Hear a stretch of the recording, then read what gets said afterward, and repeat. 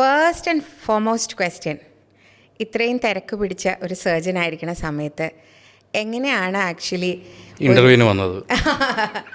അങ്ങനെയല്ല, എങ്ങനെയാണ് actually you have A balance in your family and professional life?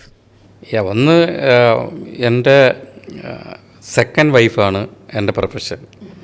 അപ്പോൾ ഫാമിലിയും പ്രൊഫഷനും അതുപോലെ തന്നെ ഞാൻ ഈ എഡ്യൂക്കേഷണൽ ആക്ടിവിറ്റീസ് ഉണ്ട്, അതുകൂടാതെ ഹോസ്പിറ്റലുണ്ട്, doctor Baiju Senadhipan trust education foundation, അതുകൂടാതെ Senadhipan institute of medical sciences ഉണ്ട്. ഇതെല്ലാം അങ്ങ് ബാലൻസ് ചെയ്ത് പോകുന്നേ ഉള്ളൂ, ഒരു ഓട്ടം ഇത്രയേ ഉള്ളൂ. അതിനകത്ത് ഇപ്പോൾ നമ്മളൊരു വീലുണ്ടാക്കുകയാണെന്നുണ്ടെങ്കിൽ അതിൻ്റെ സ്പോക്സ് എല്ലാം ഒരേ ഡയമെൻഷനിലായിരിക്കും.